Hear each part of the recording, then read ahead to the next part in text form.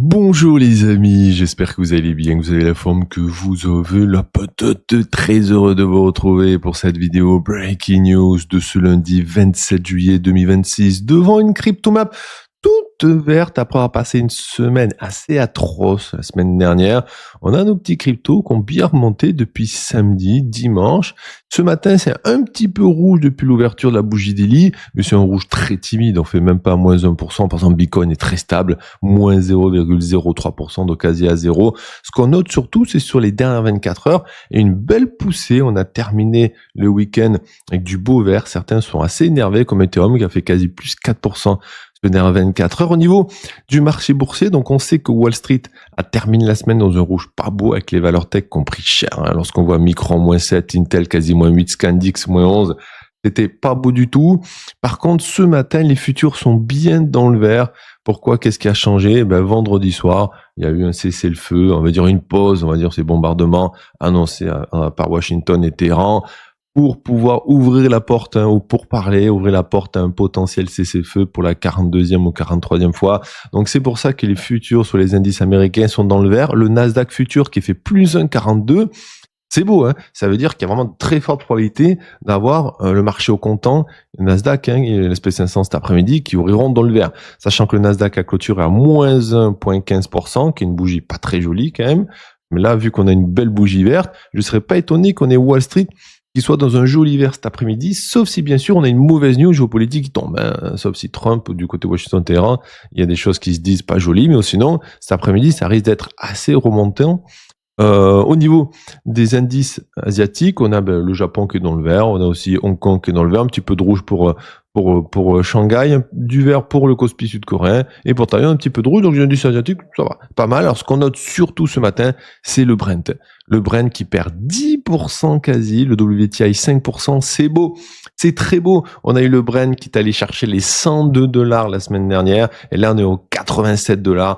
Donc là vraiment ça dégonfle complètement les grosses pressions qu'il y a ici surtout sur tous les investisseurs. Au niveau du crypto Index, on remonte à 30, on est toujours dans la peur ici pour le crypto. Donc si on fait un petit tour sur la map mondiale, vous voyez depuis samedi, boum, belle remontada ici sur Bitcoin, fait plaisir. Les futurs sur SP500 remontent aussi. Le Brent, regardez-moi ça, boum, après avoir touché quasi les 102. Alors là c'est la clôture, mais les mèches on les testé les 102. On est au 87. C'est joli, hein. Ça veut dire qu'on a perdu ici, depuis vendredi, un bon petit 14-15%. Donc ça fait plaisir à voir, surtout qu'il y aura la réunion de la Banque centrale américaine mercredi. Donc de commencer une réunion mercredi soir avec un baril qui tombe sur le WTI ou le Brent, ça c'est bien. Le dollar qui dégonfle aussi, le 10 américain qui dégonfle, là c'est là, bien sûr au dollar qui tombe, enfin au baril qui tombe. C'est très joli. Et l'or et l'argent aussi s'apprécient, font une belle petite remontée. Donc au niveau macroéconomie, donc cette semaine en gros, je reviendrai en détail, mais mercredi soir, il y aura la décision de la Banque centrale américaine concernant les taux et la conférence de Kevin Warsh, son président. Et après, le lendemain jeudi, on aura l'inflation type PCE qui va tomber, type consommation, qui va tomber. Donc ça sera les deux journées les plus, on va dire les plus importantes de la semaine. Ce matin, rien de spécial pour un petit lundi qui va être assez tranquillou. Il y aura 4h30 la vente des biens durables, les biens qui durent plus de 3 ans. Et il y aura aussi dedans l'armée, le transport, et la défense, il y aura tout le monde. Donc voilà, ça risque de pas trop faire swinger les marchés. 4h30. Au niveau du calendrier prévisionnel des taux, pour l'instant, on a toujours des hausses de taux prévues par les traders taux directeurs en septembre et en décembre. Par contre, si le baril continue à descendre cette semaine, ça va changer, clairement. Donc on va suivre tout ça de près. Au niveau earning, alors là, ça va être une semaine hyper chargée. Alors les journées à retenir, c'est mercredi soir avec Microsoft et Meta qui vont envoyer leur bilan, et jeudi soir Apple, Amazon, c'est avec les gros monstres, les 4 monstres de la semaine.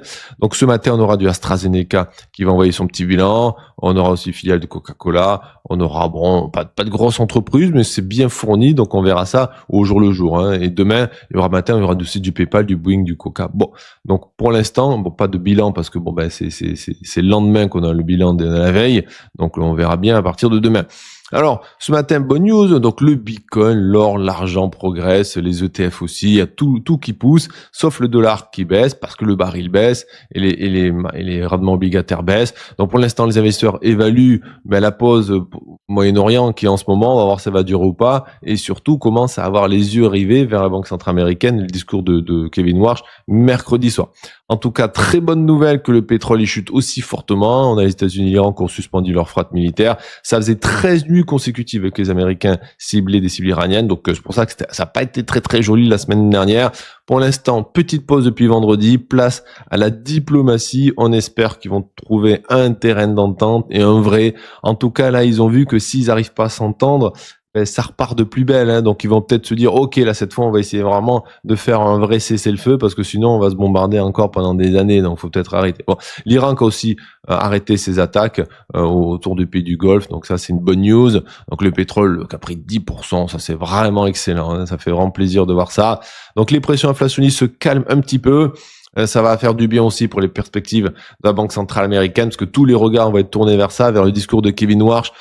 Les investisseurs vont chercher en gros des indications sur le futur calendrier des taux. Est-ce qu'il est en faveur de hausse de taux, baisse de taux? Est-ce qu'il dit bon, on attend voir un peu, on navigue aux données? Bon, cette semaine, ça risque de swinguer, et le discours de Kevin le mercredi soir et aussi les projections des différents gouverneurs de la Fed vont être hyper importantes. Est-ce que la majorité sont toujours en faveur d'une hausse de taux, de 2 hausses de taux ou pas? On verra ça. Réponse mercredi soir. Au niveau Bitcoin, on a les vieilles baleines qui limite arrêtent de vendre. Ça nous vient ici de Alex Thorne, ici, de responsable à la recherche chez Galaxy, qui nous dit, on n'a pas vu des ventes de vieux Bitcoin, des vieilles baleines aussi bas depuis 4 ans, depuis 2022. Et vous l'avez ici, c'est ce que nous partage ici Alex. Il nous dit que le volume des pièces dormantes, alors les pièces dormantes, les bitcoins dormants, c'est les bitcoins détenus depuis très longtemps, depuis quasi 10 ans même, hein, ça va de 1 an jusqu'à 10 ans. Et ils nous disent quasi plus personne vend. En gros, vous avez plusieurs couleurs. Tout ce qui est bleu clair tout en haut, c'est les bitcoins détenus depuis entre 1 et 2 ans. En bleu foncé, entre 2 et 3 ans. En violet, des bitcoins détenus entre 3 et 5 ans. Et quand c'est orange, de orange foncé, c'est des bitcoins détenus depuis entre 5 et 10 ans. Et là, on voit que tout le monde s'est calmé. C'est hallucinant, quoi. Voilà, et ça fait, c'est une très bonne nouvelle, hein. Donc, on est plutôt content de voir ça. Ça veut dire que les holders de Bitcoin, ceux qui ont du Bitcoin depuis 1 an, 2 ans, jusqu'à 10 ans, pour l'instant, ne vendent beaucoup moins, quoi. Et ça, c'est un signe, bien sûr, de baisse de pression, la pression baissière, pression de la vente. Donc, ça fait plaisir de voir ça parce que c'est lorsque on est en bull run que, regardez, vous avez des gros pics. Et les plus gros pics que vous avez, par exemple, ici, quasi en 2017-2018, ça se fait sur la remontada. Lorsque vous avez le bull run 2017-2018, sur toute la montée, les vieux bitcoins se vendent, hein, sur la remontada. Pendant un bear market, il y a quasi plus rien. Ouais, après, vous avez des phases aussi de peur, hein, mais plus, quand ça descend comme ça, c'est qu'ils vendent moins. Sur les bull runs, pareil, il y a un gros pic ici en plein bull run. Là, pareil, gros pic en plein bull run. Il a un gros pic sur une petite descentada. En tout cas, qu'on ne s'en plus, c'est une bonne news, hein. On a aussi une autre news assez intéressante, ça nous vient de la Sberbank. Donc Sberbank, c'est la plus grande banque de Russie qui va mettre en place une infrastructure crypto, incluant un dépositaire pour garder les cryptos des clients. Ça va se faire au plus tard le 1er décembre.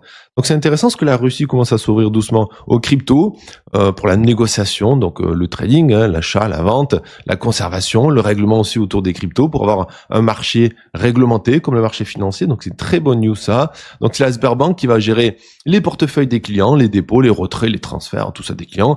On a Alexander Vedankin ici qui est vice-président du conseil d'administration de la Sberbank qui nous dit: l'un des éléments clés de nouvelle infrastructure sera dépositaire numérique, conservera enregistrement des droits clients sous crypto-monnaie et comptabilise la transaction effectuée en dehors des blockchains principales. Bon, il nous dit, on va conserver les cryptos des clients.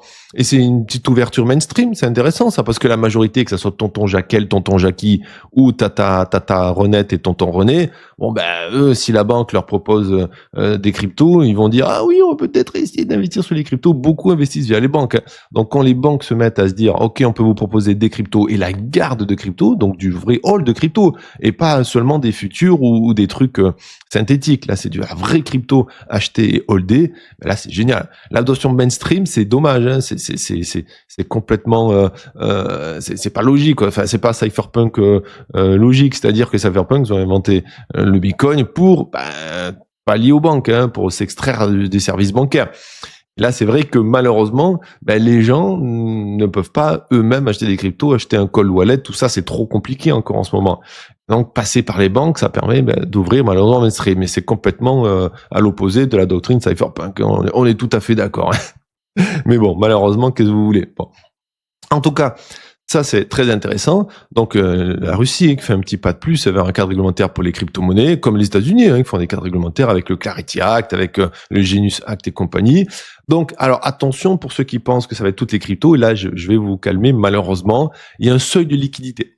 C'est-à-dire, ils ont dit, on va pas proposer toutes les cryptos aux banques. On va proposer seulement les cryptos qui ont une capitalisation supérieure à 5000 milliards d'euros, donc c'est 64 milliards de dollars. Il y a un volume quotidien supérieur à 12,8 milliards. Et là, vous dites, oh, mais Foufi, c'est qui est capitalisé à plus de 64 milliards de dollars? Eh ben voilà. Donc, Solana, déjà, dehors. Tron dehors, hyper liquide dehors, Dogecoin dehors. En fait, ça commence pour l'instant à XRP. Alors, bien sûr, si le bull run reprend, on aura Solana qui va prendre de la capitalisation, qui va repasser au-dessus de 60 milliards, 64 milliards. Mais vous voyez que par exemple, Tron, il faut qu'il fasse x2 pour son prix pour rentrer dans la Sberbank. Donc en gros, qu'est-ce que la Sberbank va proposer? Du Bitcoin, de l'Ethereum, alors les stablecoins sûrement, du BNB, et BNB c'est pas dit parce que c'est un échange, et du XRP. Donc en gros, je pense que Bitcoin, Ethereum et XRP vont être d'office. BNB à voir, c'est une crypto d'échange. Je suis pas sûr qu'ils veulent mettre une crypto d'un échange, clairement. Bon, donc voilà, donc vous voyez, il y aura pas grand-chose. Il faut des volumes de 12 milliards. Bon, les volumes, ça va, on les a ici. Donc Bitcoin XRP, je pense, et Ethereum, BNB à voir. Vous voyez, il y aura pas grand-chose. Mais est-ce que c'est pas une bonne news? Ça veut dire que les clients vont pouvoir acheter Bitcoin, Ethereum, XRP. Voilà. Et peut-être BNB, peut-être. Bon. Et pour finir, une news qui nous vient de Robert Kiyosaki, donc on le connaît, celui qui a sorti le livre Père riche, Poor Dad et Rich Dad. Et lui, il appelle à la bulle des monnaies fiat depuis des années. Lui, ça fait des années qu'il achète donc de l'or, de l'argent, et il a acheté aussi du Bitcoin et de l'Ethereum parce qu'il pense que ça va exploser. Alors, bien sûr, tout le monde appelle des crashs depuis toujours. Certains appellent au crash boursier, crash statique, phénomène étatique et compagnie. Ça, c'est pas le sujet. En tout cas, ce qu'on sait mathématiquement parlant, c'est que la dette américaine va bientôt dépasser les 40 000 milliards de dollars. Et lui, Robert Kiyosaki, depuis 1965, il accumule que des actifs tangibles. Et il a raison, pour l'instant, ça lui réussit bien. Donc, il a accumulé de l'or, de l'argent et du Bitcoin. Je pense que, pour l'instant, il est en gros profit, quoi. Et donc, il nous dit, les actifs tangibles, c'est le mieux. La dette américaine était de 9,5 milliards de dollars, 9600 milliards de dollars en 2008. Maintenant, elle est de quasi 40 000 milliards de dollars. En gros, le gouvernement américain imprime 1000 milliards de dollars tous les 90 jours. Ça veut dire en gros 333 milliards de dollars tous les mois. Vous voyez, c'est beaucoup quand même. Mais oui, la planche à billets, c'est du shitcoin. On imprime du shitcoin à foison. C'est comme un shitcoin qu'une boîte crypto imprimerait, créerait. Bon. Et donc lui, il rejette l'épargne fiduciaire. En gros, il dit aux gens qui le suivent sur les réseaux, ne gardez pas du fiat ou un minimum et investissez sur des actifs plutôt tangibles qui résistent à l'inflation et à la confiscation. C'est intéressant ça. Et donc, il nous dit, je cite ce qu'il a déclaré sur Twitter, « Les riches n'épargnent pas d'argent. Depuis 1965, j'ai accumulé de l'argent sous forme d'argent physique. Depuis 1971, j'ai conservé de l'or physique. » Donc son or, il le conserve dans les coffres en Suisse. Et depuis 2012, j'ai accumulé du Bitcoin. Depuis 2022, j'ai accumulé de l'Ethereum. En voyant cette date d'accumulation, le gars, il est en méga profit, ça c'est clair. Après, qu'est-ce que j'en pense moi? C'est sûr qu'accumuler Bitcoin, argent, or, ça c'est très bien. Ethereum, bon pourquoi pas aussi. Juste attention, Ethereum, il n'a pas une supply illimitée. Ethereum, il est créé par rapport à son algorithme interne, il est créé ce qu'il faut. Donc il n'est pas limité, Ethereum. C'est le seul qui n'est pas limité ici dans les quatre entre l'argent, l'or et le Bitcoin. Donc moi personnellement, argent hors Bitcoin, je dis oui sans problème. Ethereum, j'ai lâché depuis quelques années. Après chacun fait comme il veut. Voilà. En tout cas intéressant. Est-ce que il peut avoir une bulle qui éclate au niveau des monnaies étatiques?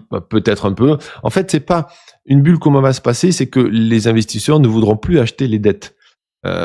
C'est-à-dire que le gouvernement émet ces bons du trésor pour émettre des dettes pour récupérer de l'argent. Au bout d'un moment, si les investisseurs ne croient plus, ça va tomber en premier du marché obligataire où ils n'achèteront plus de bons du trésor parce qu'ils diront, ben, le gouvernement, ils pourront plus rembourser, ou alors la monnaie qu'ils vont me donner en remboursement, ça coûte rien, on veut plutôt être remboursé, je dis une bêtise, en or, en chose comme ça. Bon, donc on verra, mais sur le fond, accumuler Bitcoin, Ethereum, Bitcoin, Gold et argent, je pense que ça, avec les années, c'est une bonne idée, quoi. Bon, voilà les amis, cette petite vidéo news, j'espère que ça vous a plu. Merci en tout cas à tous pour vos commentaires sur YouTube. Hein. Tous les jours, je lis tous les commentaires un par un, parce qu'à chaque fois, je passe pour enlever les bots qui envoient des commentaires, surtout bon sur des scams et compagnie. Donc merci à tous. Fais des bisous. Moi, je reprends les travaux comme d'habitude, et on se dit à ce soir. Bye bye.